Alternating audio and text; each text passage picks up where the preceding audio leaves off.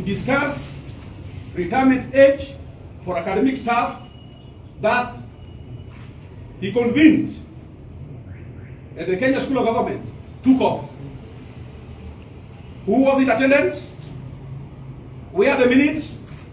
And what were the resolutions?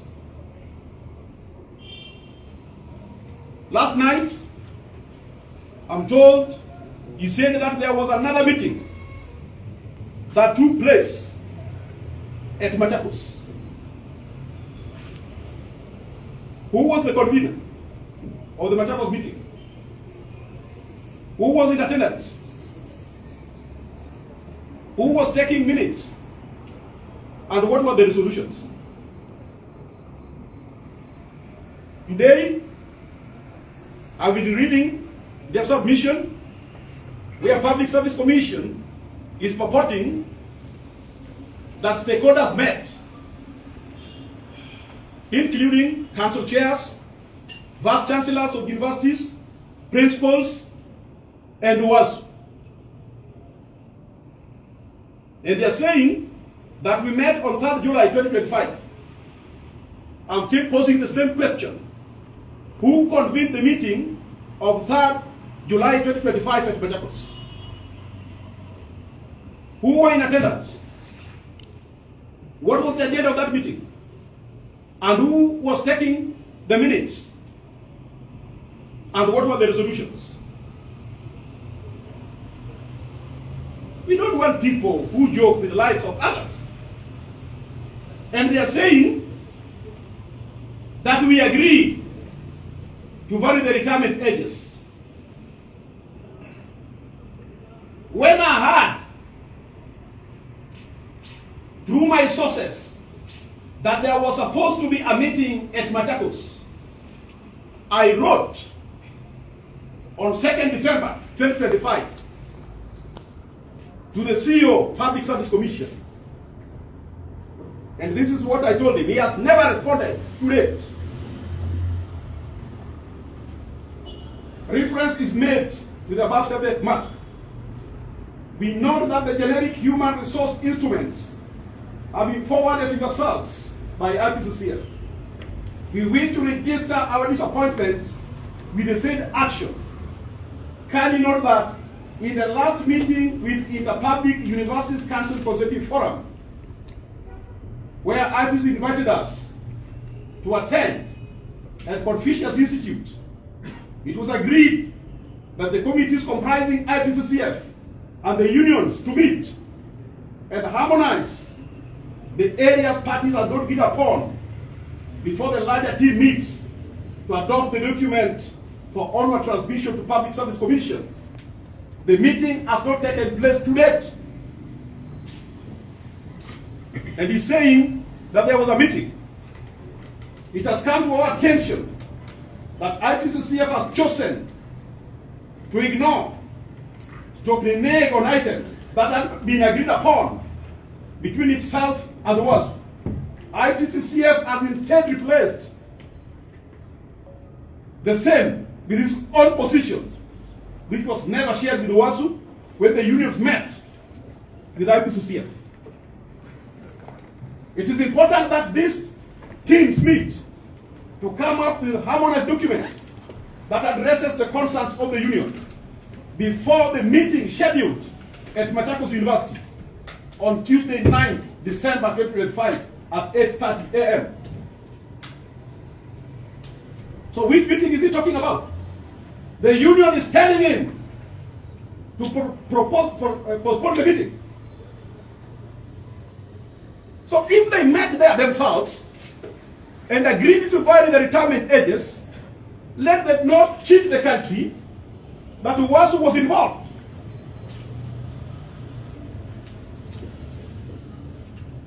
We negotiated retirement ages for our members and register the same at the Employment and Labor Issues Court.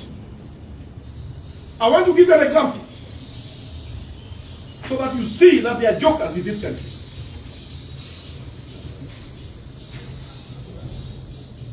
On 28th, they came up with an addendum. I want to give you the implication of this addendum. A, all staff teaching, non-teaching, and research assistants who have not attained the material retirement age prescribed in the circular dated 2nd March 2026, and in this circular, in this addenda, will retire on attainment of the age stated in this circular. So it means on March 1st, if you are 59 years, then you are supposed to retire on 3rd. While the obtaining contract you have, this assistant lecturer was supposed to retire at 70. So March 3rd, 59, now he's supposed to retire. The contract he has, the CBA registered, this lecturer is supposed to retire at 70 years. How can you reduce somebody's retirement age with 10 years? I want to give you another example. If you are a professor, is that second, before this addendum, and the contract you have, you are supposed to retire at 74. Then now it's taking you from 64 to 70. Suppose you are 69. So you are supposed to go home. Because now you have reached 70. I want to give an example of lecturers. Because I'm seeing lecturers and senior lecturers, now they have reduced the retirement age from 74 to 65. So as at March, if you are 69, 64, then now you are supposed to lose 15 years. And when you come to be, now they are saying, if you have passed, so a lecturer who was 66 as 1st of 2nd of March, now this lecturer and senior lecturer now is supposed to go to 74 because that is what is obtaining. And the one of 65 is supposed to retire immediately. Who is advising these people? Huh?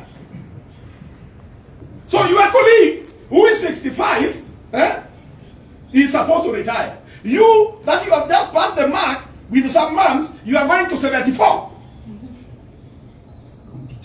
And they are saying that this addendum has cured the problem that they created. The next I want to ask, for avoidance of doubt, this circular supersedes the circular of OPCAB 2/7 dated 20th March 2009. What happens to retirement, or what happens to the contracts that were given in compliance with this circular? So it means retirement age is a moving target. If I entered the service of a university in 2009 when this circular was in operation, and I was told your retirement age will be 74. So now you change it.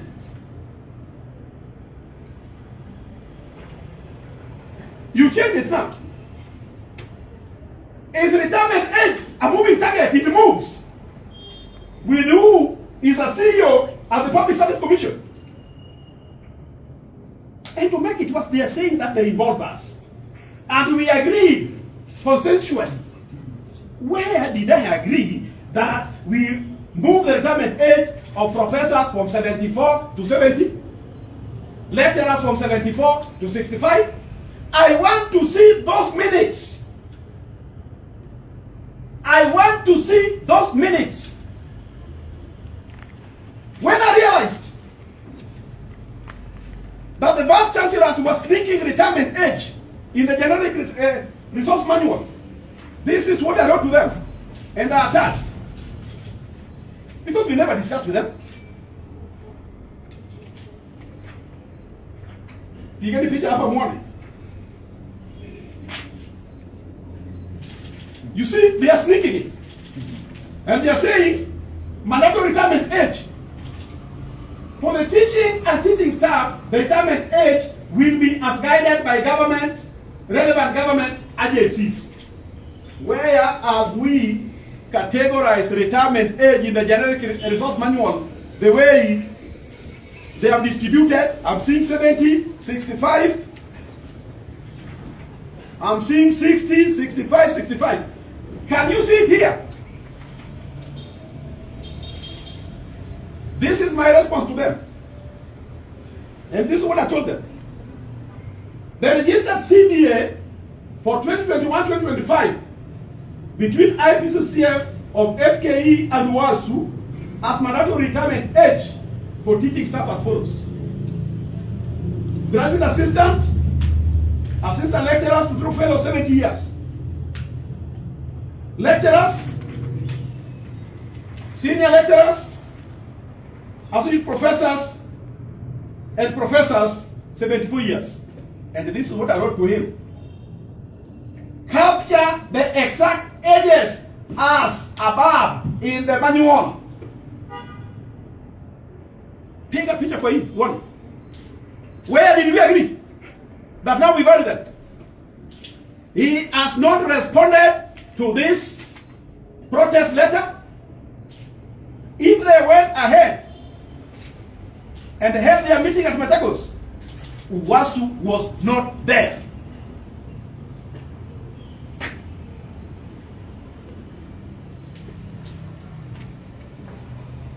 And where is Kenya going to get lecturers?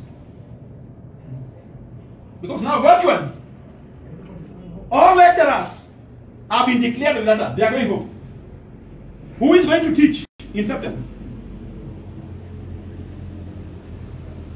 Who is going to teach in September? You know, sometimes you come up with policies that you don't know is implication. Yes, they can go home. But where is the pension? Because virtually all pension schemes in public universities have collapsed. They don't remit pension to pension schemes. University of Nairobi is owed close to 11 billion. Suppose they decide to go home the way you want. Do you think they will go without their pension? You know, sometimes, even if you give people jobs, give people who can understand the effect of the circulars they are releasing to the public. Let me not talk much, because this is a matter that we are going to prosecute up to the end of the courts in Kenya. Kama kuna ya East Africa tukaenda. Ndio nimepata. I want to move to the next.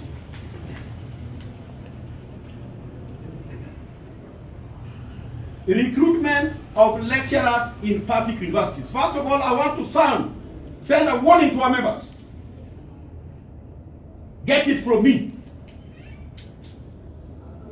Can you stop teaching part-time lessons? Fourthly, it is the teaching of part-time that has made universities to fail to recruit lecturers. You can see the government is only keen in recruiting teachers, but for lecturers, have you ever heard that the government has allocated this sum of money for recruitment of lecturers in this country? It is our members that make universities to feel comfortable. I'm now commanding you from UniAfrica House, stop taking part-time lecturers. Part-time. Because by the time you are taking those part-time lessons, you are denying your sister, you are denying your brother, you are denying your relatives opportunity to be employed. Stop it forthwith. The next, those part-time lessons they don't pay. And as a union, if we are to have part-timing, then we must determine the rates. Not others teach with 500, others teach a lesson with 800, others teach with 2,500. There must be uniformity in the payment of part-time. And it has to be negotiated by UASU. Not that each and every university want to pay their rates. Some of our members even go to class before they get appointment letters. So claiming part-time lessons becomes difficult. And what we are telling universities, now that I have given order that there will be no part-timing, can you now recruit lecturers? How can close to 1 million students be taught by only 9,000 lecturers? Huh? University lecturers are full. And I'm seeing some are also being opened. Where are the lecturers? Their own document says that by 2029, Kenya should have 35,000 plus lecturers, while we are only 10,070, with 1,000 in management. So the lecturers we have in this country are just a paltry 9,000, with close to 1 million students in public universities. And now you are also telling them to go home. So who is going to teach from September? Universities are going to be empty.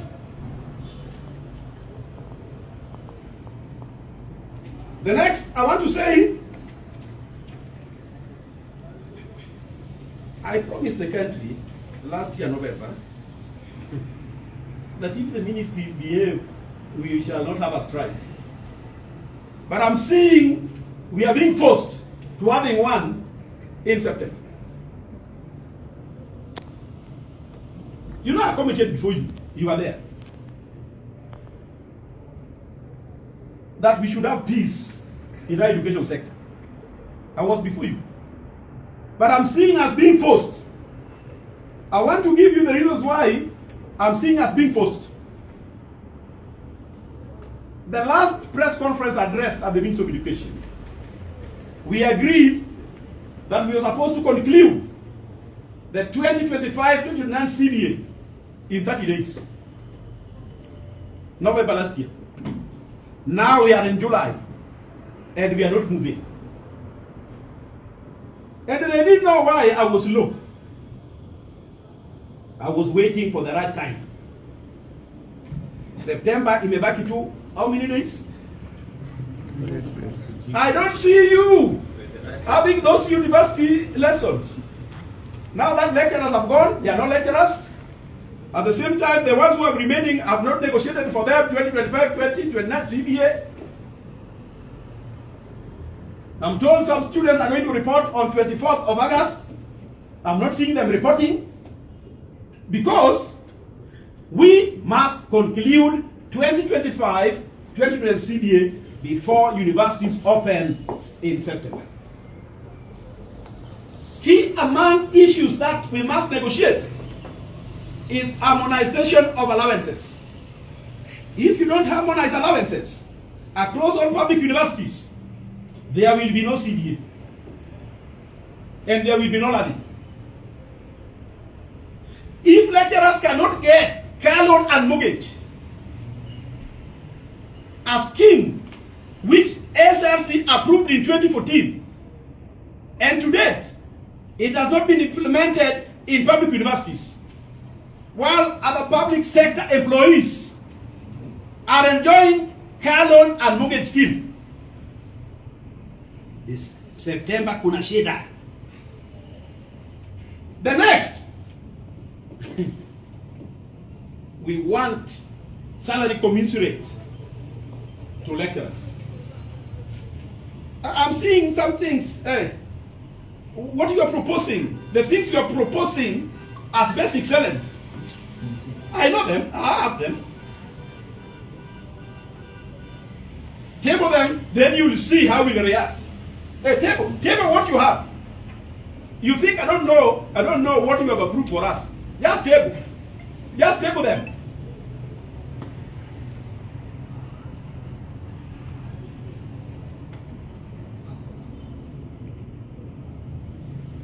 The next, my colleague has talked about it. Lecturers will not accept to be paid from student fees. Suppose students don't pay. Suppose students defer. Suppose you send money to universities and they mismanage. Lecturers should be